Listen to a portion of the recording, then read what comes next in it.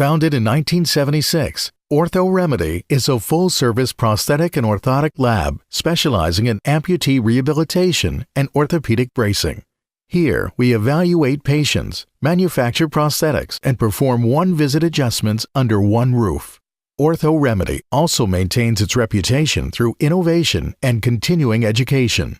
Our staff is genuinely caring, qualified, and dedicated to our patients, helping them achieve maximum rehabilitation potential.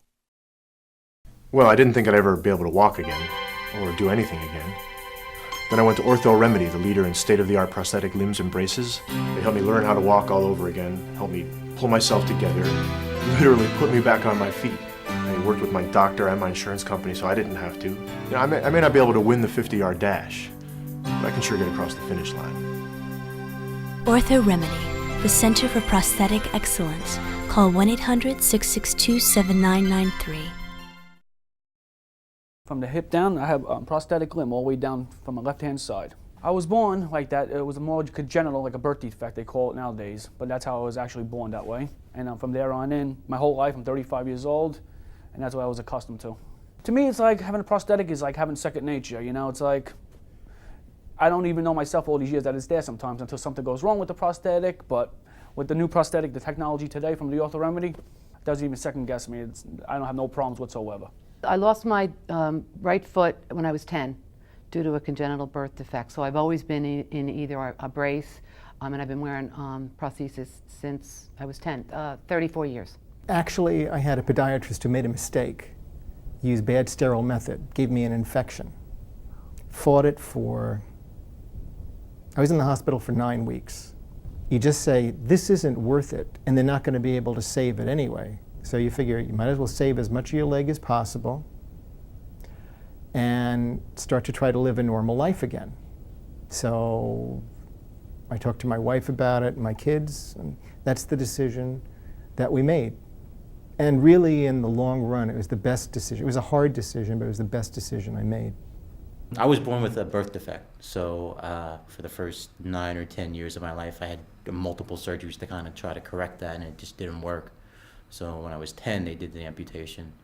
And since then, you know, I've been wearing a prosthesis. I was born admittedly with a birth defect. I was born with a muscle, tissue, and bone deficiency. I was born with 2 legs, and for approximately, I'd say about 8 years or so, we went through enormous tests and operations and bone grafts to try to save my leg. My parents finally decided, you know, now is the time. We have a son. He's in 2nd grade. He can't walk without assistance, and we want him to live a normal life as possible. So just the time was right to, you know, amputate. And sometimes people will say, you know, Don, what's the worst day of your life? And I'll say, you know, February 22nd, 1979. And they'll say, well, what's the best day of your life? Same day.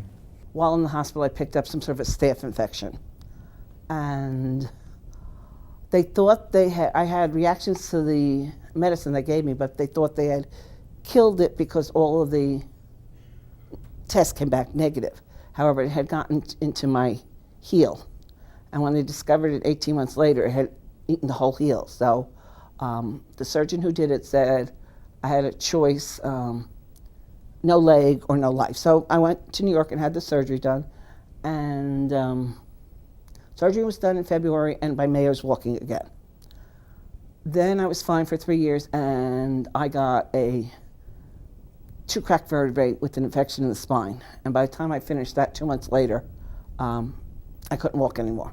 Couldn't, you know, do anything. And right before I had gotten sick, I came to Tom to get a new prosthesis. So he was designing it and all, and then I got sick, and I ended up at the same rehab center where he works. So we went there, and he continued designing the new one, but because of the lack of walking and all for almost 5 months, they had to use my old one, and then I got walking and all, and then Tom eventually designed this prosthesis, which is designed at an angle, which holds my knee in from going crazy and helps me walk more.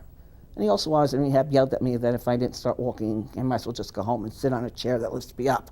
So I figured that wasn't going to work.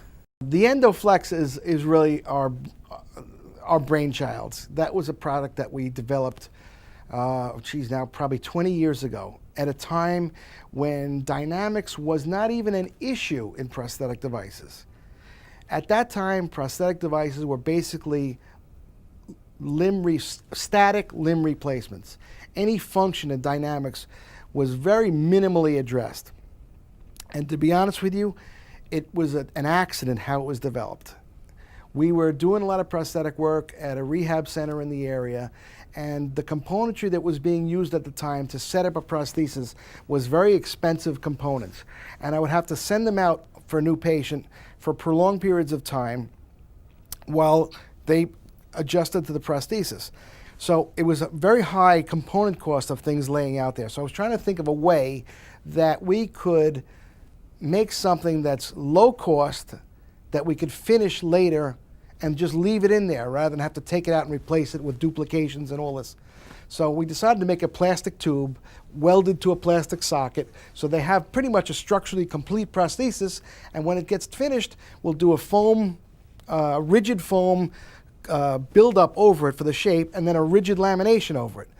And this was going along fine until one day I had an experienced amputee come in, and he was walking in this new prosthesis, and as he's walking, we're trying to decide whether he's comfortable and this and that, and the first comment he made was, I think I could run on this. And we didn't even understand what he was talking about. So he started to run for the first time in years on that prosthesis. So we tried to decide what it was about that EndoFlex. I wasn't even a name yet. What it is about this system that allowed him to run. So we're looking from the side, watching him run side by side, and we could watch that tube section, that pylon section, actually flexing and extending with his gait, with his high-speed gait. So now we're looking at it and saying, okay, there's the answer. It's allowing motion and actually helping to propel him into the next step. So you got kind of like a simulated muscle around a joint. And we spent another 5 years experimenting with it and perfecting it in this laboratory before we even presented it to the industry. And then at that point, when we had a few hundred patients using this thing successfully and we figured out all the kinks, at that point we presented it to the industry. And till today, it's a very extremely lightweight, dynamic, adjustably dynamic system that's very efficient to make in a facility and extremely comfortable for the patient. The EndoFlex it'll bend, but it won't break. So you'll know it's wearing down. You can come in here, and you can kind of go on living your life normally, and have this come in and do what it has to be done for it to get it fixed, or just keep you going. Secondly, from this type of technology, I just feel more energy coming out of the leg from when I'm stepping off, as I did with the other ones. It's more of a fluid energy. The other ones would be like you'd come off and it would spring you out. This is kind of like a constant pushing you up, as if you had that level of muscle in the back there that you'd be pushing off of, from the toe to the calf to the back of the, to your hamstring. The other legs, kind of all the energy stored at the bottom, and you just kind of bounce right out of it. So it's a different way of kind of knowing your gait. You feel it. Okay, it's hard to explain, but if you're kind of just walking along and you kind of jump off your toe as opposed to this kind of walking off your toe, it's probably the easiest way to say it.